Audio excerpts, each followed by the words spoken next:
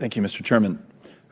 Ms. Wormuth, General Austin said that ISIS could be defeated without using U.S. ground troops.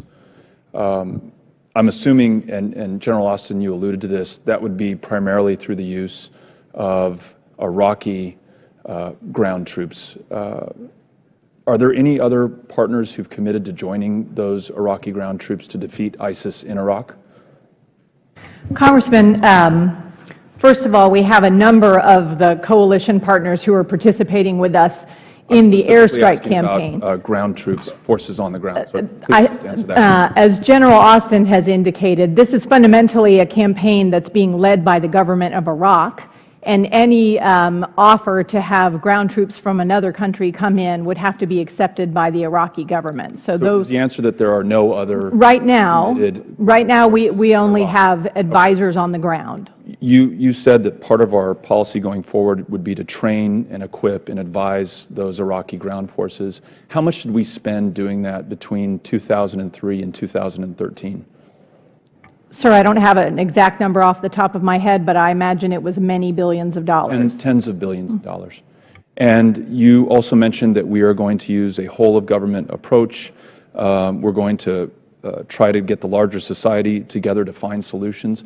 I'm not sure that that affords us enough clarity to know exactly how this is going to be different than it was last time.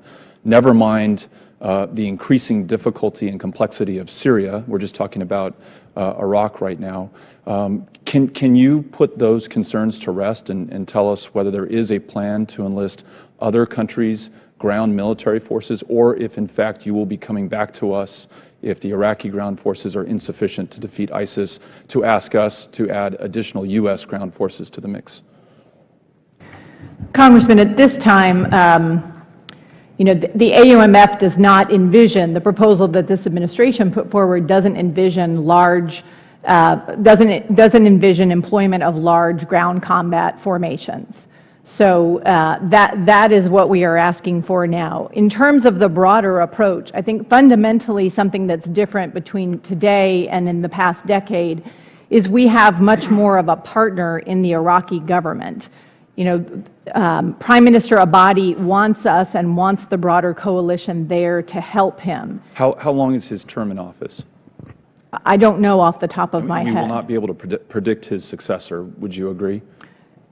No, that's true, but I'm sure we will work to give the Iraqi government as much advice as we can about the kinds of leader that they would need to succeed him whenever that happens. Is the administration taking seriously proposals to rethink Iraq as a state, to rethink our partners in Iraq, like the Kurds, who've proven to be our only reliable allies on the ground in the fight against ISIS, to ensure that they have greater autonomy, to maybe look at the fact that Syria and Iraq, to a degree, have arbitrary lines set up 100 years ago that don't seem to be working for the peoples in those states and only seem to hold together when you have a brutal, repressive dictator. And the experiment in democracy so far in Iraq has been an abject failure. I don't know that I've heard from the administration and from you some larger strategy about how we're approaching problems there outside of a military solution to the immediate threat of ISIS. Would you care to comment on any of that? Certainly. Sorry. Fundamentally, our approach is based on a federal government in Baghdad.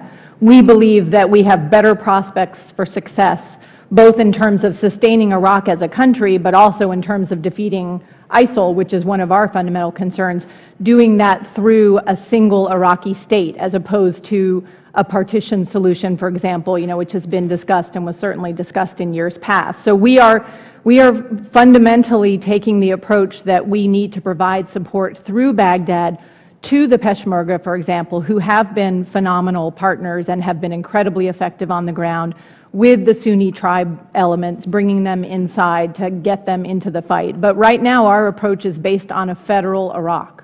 Could you, it's not outlined in the AUMF proposal from the President, could you define victory? Certainly. I think victory is defined as when ISIL is no longer a threat to Iraq, to its existence, to our partners and allies in the region, and to the United States. And to get to that, I think, will take some time. So as long as ISIL is seen as a threat to ourselves or any of our partners around the world, we have not won? I think that's fair. Okay. Thank you. Thank you, Mr. Chair. Dr. Winstrup.